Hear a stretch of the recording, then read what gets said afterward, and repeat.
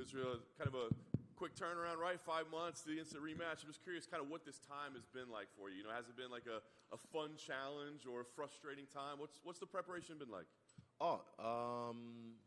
The last 5 months, well, Christmas was the first time I enjoyed Christmas with my family in, 3 years probably. All of us together in the same house, doing regular folk shit. And New Year's, I actually enjoyed it, got crazy. Still working, getting stronger, but kind of unsubscribe from all the fight shit, you know. But yeah, from then on, I just been working. I've always been working. Never really took my foot off the gas, but I just, let my hair down a little bit. You feel like that was necessary? I mean, we hear a lot about, right, like the pressure of being a champion and all that it entails. There's always pressure, bro. There's always pressure. I'm Israel Adesanya. There's always pressure on me. But, yeah, I still don't, I don't feel that, the pressure is off my shoulders or anything. There's more pressure on me now, because I'm me. I'm not him. I am me. So, yeah, there's always going to be that. But, again, like I said, since my debut, pressure makes diamonds, and I'm going to shine. Nice. What do you take out of the last fight, right? Because it was a great performance from you, except for one moment, and that's what changes the result. So how do you break down a fight like that, knowing that there were good things, but you still didn't get what you wanted? How do I break down a fight like that? I know what works for me. I know how I can beat this guy. I know every time I fight this guy, I'm dominating him, I'm beating him, and then he has this special ability to recover and put his foot on the gas. So I have to find a way to take him out of the driver's seat, which I will. We think of you as a very mentally strong person, right? But this guy has been following you in your career. I mean, does this guy bother you? Is he annoying to you, or No, it doesn't bother me. It doesn't annoy me. I focus on me. I don't focus on anyone else. When it's time to fight, I focus on who's in front of me. Most times, I'm always peeking around the corner. Even you guys know I set up my next fight sometimes on the slide. But this time, I have no idea what's next. I haven't even looked around the corner. I've just had my targets, my sights right on this guy, dead between the eyes. Last thing for me, you just said it. You don't know what's next, but I think a lot of people are asking you beat him. Do you got to beat him again? Do you want to beat him twice in a row? Actually, same thing. I don't know what's next. I focus straight on this fight, everything on this fight. I've put everything. Anything that doesn't help with this fight, the last 4 months or whatever it's been, I've cut it out. I've removed it. Everything has been focused strictly on this fight. Israel right here. On your vlog, you had said that you feel better.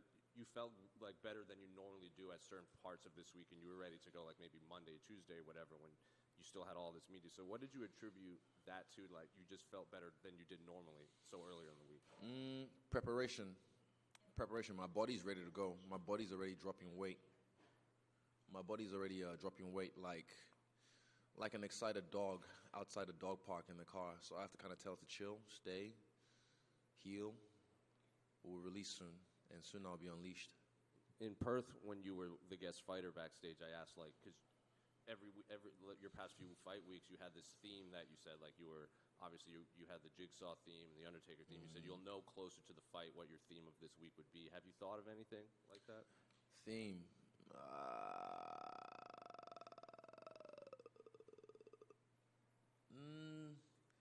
My life's a movie. Legit. Sorry, it's just distracting. Theme. Honestly, I'm the hunter now. I've just been hunting, in every sense of the word, and I'll make sure, when it's time to fight, I'll hunt him down. Like I said, my target's straight on him, nothing else. Anything else, not even him after this, I don't care. I'm focused on right now. You also shared a video of that promo package of The Rock and Stone Cold on Twitter. Are you viewing you and Alex as that type of rivalry?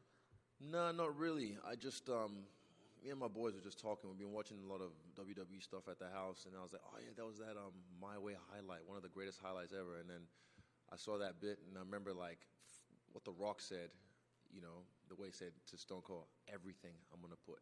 I felt that. So that's why I shared that. And also, it's fucking dope track, dope highlights. So, yeah, and it was WrestleMania weekend. So it was a nice little homage to the merger. Yeah, well, I was gonna ask about that. What do you think of Endeavor buying the majority stake in the WWE, and now that it's kind of a package with the UFC right now? I like it. Izzy, going back to that Rock Stone Cold trailer, do you view yourself and Alex as that sort of rivalry? Is this that rivalry in your career that you've sort of been waiting for, your nemesis, this guy that you can go back and forth with over and over? I've had a couple, but none like this. This is probably the greatest storyline in MMA history, and it's coming. Okay, it's coming. Yeah, it's probably one of, if not the greatest storyline in MMA history. And not many people get the opportunity to show how great they are, to rise to the occasion when all the odds are stacked against them, when people have counted them out. And for me, this fight, I feel like the underdog. I feel like everyone's counting me out. I feel like, because of the results of the last fight, people just like, goldfish memories. They forgot what I've done in this game. They forgot who I am. And it's time to remind people how great I am. Tell us, in your mind, why this is the greatest rivalry in MMA history. It's spanned across. It's spanned across years, across 2 different combat codes, spanned across different countries. The history of matchups between me and Alex. Even in the way that, in his head, he's the protagonist. In my view, my POV, I'm player 1. I'm the protagonist. He's the antagonist. And I'm just doing so much better in life. And he kept on trying to chase what he already had. And then got to this point. I made it easy for him to get to the title. I didn't make it easy for him to get the title, but to get to the title, I made it easy for him because he already had that win over me in kickboxing. So he dodged all the gauntlet like I didn't dodge the gauntlet. I went through every different style you could to get to this point. Fought Sambo guys, jiu-jitsu guys, wrestlers, strikers, MMA guys. So yeah, it was an easy layup. But now this is the point where it's like I'm down, 2 fights in kickboxing, 1 fight in MMA. Can you guys keep it quiet in the back, please? Whoever is there, opening the door. Sorry, I'm trying to think. Thank you. So yeah, I'm down 3. And then this is like, in every movie that you're one shot. This is my Eminem moment, my 8 Mile moment, You get one shot, do not miss your chance to blow. This opportunity comes once in a lifetime. And this is it. This is it for me. This is, like, imagine what if I get it done? What if I get it done better than he's ever done it? What if I butcher him and beat the fuck out of him? Because I always do. But I just ramp it up now. And I don't let him get any breath. And I take him out. I put him on his back. We'll find out. I do all this shit and I beat his ass. Do some damage to him. And it's just like, wow, amazing. Like I said, I don't keep score. I settle them. And he who laughs last laughs best. Last one from me. I know you're a guy who likes to show appreciation and love to people that you think are talented. You're sharing a card with Adrian Yanez, a guy I know that you really appreciate his skill. That's the fight I'm looking forward to, apart from mine the most. Adrian Yanez, I just saw him in the bathroom before. That guy, I got so much love for his style, so much respect for him as a person, for his coach, Thug Jitsu, Eve Edwards. But he's a force to be reckoned with. 135, he's the next champ. I mean, respect to everybody else in the game, but I feel like he's shout out to Rob Font as well. Rob Font's a veteran in this game, a hell of a fighter. It's a big test for him. But Adrian Yanez is that dude. I even know he's a black belt. I thought he's just a striker, but he's a black belt in jiu-jitsu. I'm like, fuck. And you haven't even seen much of that yet, but he's just butchering everyone on the feet with his hands and his kicks. And yeah, I look forward to watching his fight and taking inspiration from that. Izzy, many long-standing champions like GSP and Anderson Silva have talked about how they felt better after losing the belt, like it took off a pressure off them. I'm wondering if you experienced anything similar, almost like a relieved of kind of losing that championship pressure? Nope. And you mentioned how obviously you're focused on Pereira here and you're out to beat him. Do you almost expect an immediate trilogy bout if you do beat him? Because, I mean, as you mentioned, the storyline's there and it'd be 1-1 in mixed martial arts. Nope. So you think you beat him and it's done?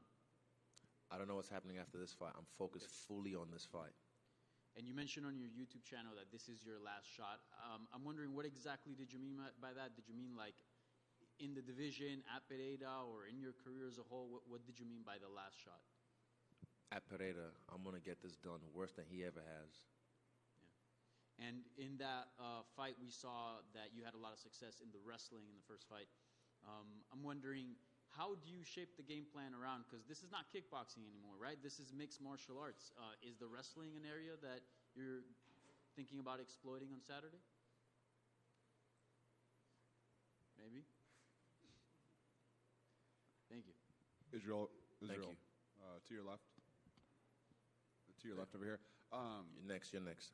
So, you mentioned earlier, people forgetting things about you and Alex, that you've been beating his ass, for lack of a better term, the majority of the fight. I think a lot of people forget. I mean, first round, you might have been 10 seconds away from winning the fight in the first 3 round. 3 seconds, one shot. Yeah, and so I'm just kind of curious, obviously progressively in that fight you ended up losing, but just kind of curious, like, what do you take from the fact that you were 3 seconds away from winning, and how can you capitalize that? That's in the past. That doesn't really come into my mind frame. I just know I've heard this guy. He knows. He might try and bullshit and whatever. He's not. I don't have to try and intimidate. He doesn't get intimidated. Neither do I. I fear no man that walks this earth. But yeah, that's in the past. This is now, and he knows how dangerous I am. He knows I'm not an easy fight. He knows he's gonna have to go through fire. He's gonna have to go through fire. And I'm gonna make him fight for his life in this fight. But this is. I said say less, do more, but we're here. You put a mic in front of me. You expect me to talk. I'm over all this shit. I really just want to fight. But you guys want some words? I'll give you words. I'm gonna make him fight for his life. It's not no trash talk. It's not no bullshit. I'm here to fight. I'm ready to go. I can weigh in probably tomorrow. If you make me, I'll weigh in tomorrow and we can fight. But right now, I'm just over the trash talk, all the speaking. I just want to fight. Perfect. And then, you made a mention earlier that you feel like the underdog in this fight. And I asked you before the fight in Madison Square Garden your take on being a favorite, and you said that you should be the underdog. And I'm just curious, do you embrace this? I mean, you said earlier the Hunter thing. Do you embrace this? Do you like this spot that you're in? Yes.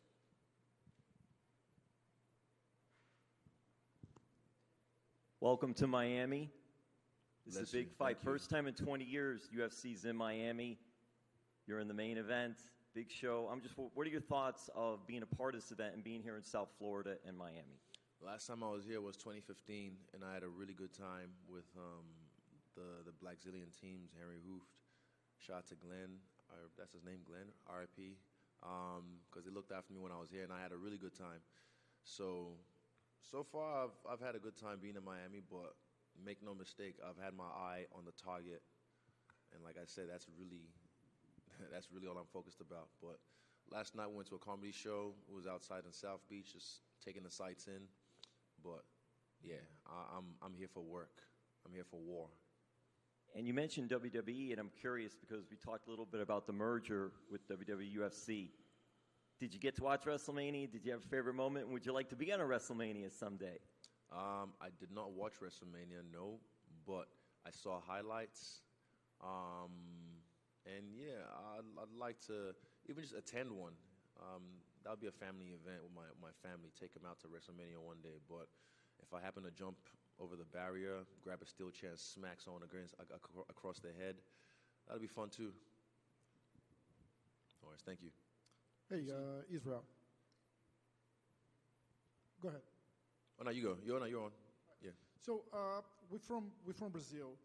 You have a lot of fans in Brazil. People appreciate your style. They enjoy watching you fight. Right now, it just happens you're fighting our guy. But how do you see Alex as an opponent? And just send a message to your fans in Brazil. I love my Brazilian fans. Even when I was out there, they love me. The favelas love me. They can relate to me. They understand what I've been through. But again, I'm fighting one of your own. But yeah, he's a great opponent. Make no mistake. I know how great he is. This is what makes this fight great. And he knows how great I am, no matter how much they try to undersell it to you. They understand who they're fucking with. They understand who they're messing with. They know this is not going to be easy. And they can try and bullshit their way through it, but I know they're a smart team. But, hey, if they want to underestimate me, I welcome it. But me and Engage will make a Brazilian shirt, a shirt dedicated to our Brazilian fans after this fight, just to show appreciation to Brazil. So, obrigado. Thank you. Easy.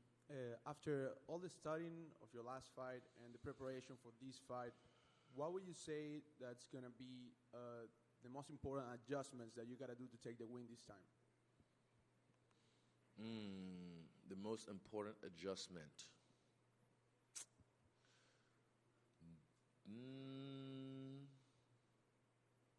Don't give him a chance to breathe. You think that was very important in the last fight? Yeah. I mean, I let him breathe a little bit. But this time, suffocate him. Thank you. Izzy, just one more here. I know you're obviously a big fan of Anderson Silva and you have a lot of respect for him. It was announced recently that he's going to join the UFC Hall of Fame. Just curious to get your reaction, and I don't know if you have some words for his career and what he meant to you personally. I mean, about time. He's already been a legend, Hall of Fame to a lot of people, so that goes without saying. Izzy from here. I'm from Brazil, as the last reporter. Your coach said recently that he did not agree with this quick turnaround. Who did? Sorry? Who said that?